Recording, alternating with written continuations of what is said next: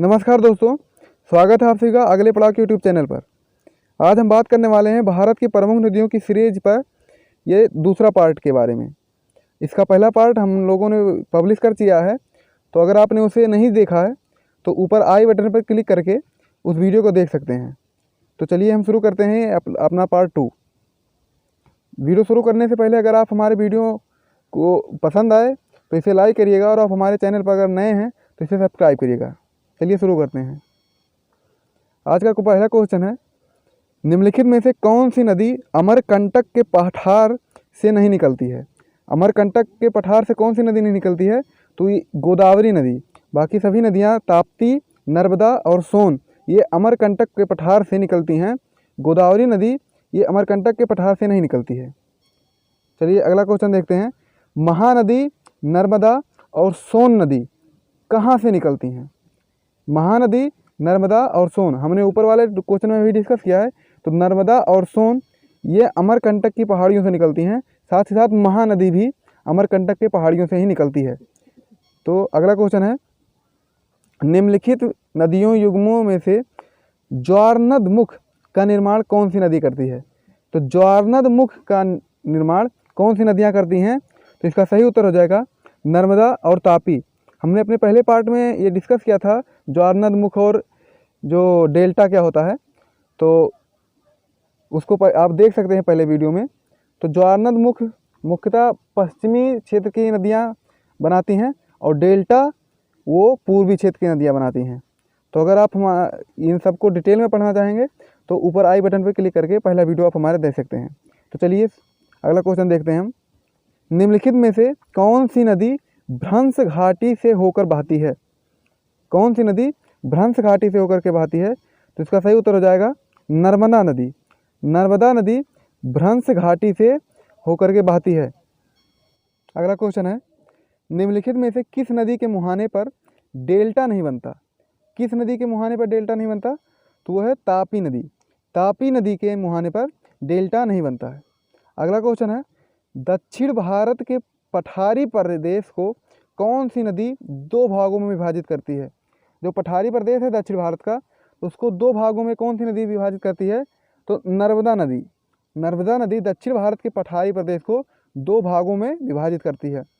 अगला क्वेश्चन है, दक्षिण भारत की नदियों में सबसे लंबी नदी कौन सी है?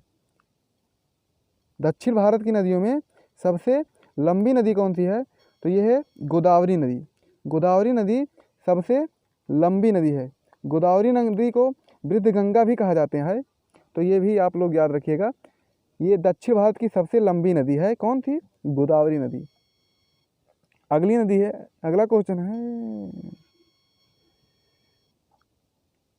अगला क्वेश्चन है, निम्नलिखित में से किस नदी को बृहद गंगा, अभी हमने ऊपर डिस्कस किया है, बृहद गंगा किसे कहा जाता है? गोदावरी नदी को बृहद गंगा कहा जाता है। अगला क्वेश्चन है, गोदावरी नदी का उद्गम स्थल कहाँ है? गोदावरी नदी का उद्गम स्थल त्र्यंबक गांव में है। त्र्यंबक गांव से गोदावरी नदी का उद्गम होता है। अगला क्वेश्चन है, वैनगंगा और पैनगंगा किस नदी की सहायक नदियां हैं? तो वैनगंगा और पैनगंगा गोदावरी नदी की सहायक नदियां हैं। अगला क्वेश्चन है, भारत की सबसे लंबी जिसका उद्गम और मुहाना दोनों ही भारत में से, भारत में ही दोनों भी स्थित है सबसे लंबी नदी, ये गोदावरी नदी है। अगला क्वेश्चन हम डिस्कस करने वाले हैं, कावेरी नदी का उद्गम स्थल कहाँ पर है? तो कावेरी नदी का उद्गम स्थल ब्रह्मगिरी पर्वत श्रेणी पर है। ये आप ध्यान रखिएगा, कावेरी नदी का उद्गम स्थल ब्रह्मगिरी पहाड़ी पर है। अगला क्वेश्चन है, कावेरी नदी का मुहाना कहाँ है? कावेरी नदी कहाँ पर गिरती है? तो कावेरी नदी कहाँ गिरती है? बंगाल की खाड़ी में। कावेरी नदी बंगाल की खाड़ी में गिरती है। अगला क्वेश्चन है, कावेरी नदी जल विवाद मुख्यतः किन दो राज्यों के मध्य है?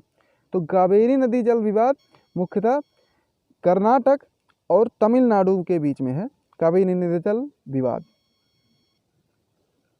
निम्नलिखित में से किस नदी को उसकी पवित्रता के कारण दक्षिण भारत की गंगा कहा जाता है? तो ये आप याद रखिएगा, कावेरी नदी को, कावेरी नदी को दक्षिण भारत की गंगा कहा जाता है। अगला क्वेश्चन है कृष्णा नदी का उद्गम स्थल किसके समीप है? कृष्णा नदी का उद्गम स्थल महाबलेश्वर के समीप है। इसका सही उत्तर हो जाएगा महाबलेश्वर। कृष्णा नदी का उद्गम स्थल महाबलेश्वर के समीप है। अगला क्वेश्चन है, पंचिंग और मिलिंग किसकी सहायक नदियां हैं? पंचिंग और मिलिंग किसकी सहायक नदियां हैं? ये कृष्णा नदी की सहायक नदियां हैं, पंचिंग और मिलिंग नदियां। अगला क्वेश्चन है, इंडो ब्रह्मा है। इंडो ब्रह्म ये एक पौराणिक नदी है जिसका वर्णन पुराणों में मिलता है, तो ये एक पौराणिक नदी है इंडो ब्रह्मा। अगला क्वेश्चन है, कीमतोदर नदी निकलती है, कहाँ से निकलती है? कीमतोदर नदी छोटा नागपुर के पठार से निकलती है। कीमतोदर नदी छोटा नागपुर के पठार से निकलती है। अगला क्वेश्चन है, हम डिस्कस करते हैं। तो दोस्तों आज का ये सेशन यहीं पर ख़त्म होता है और आपके लिए एक सवाल है, गंगा नदी की लंबाई कितनी है? तो दोस्तों आज का ये सेशन यहीं पर ख़त्म होता है और आपके लिए एक सवाल है, गंगा नदी का लंबाई कितना है? गंगा नदी की लंबाई कितनी है? इसका उत्तर आप लोग कमेंट करिएगा वीडियो के कमेंट बॉक्स में। तो अगर आप ये वीडियो पसंद आया तो इसे लाइक करिए और इसे हमारे चैनल को सब्सक्राइब करिए। तो वीडियो देखने के लिए धन्यवाद।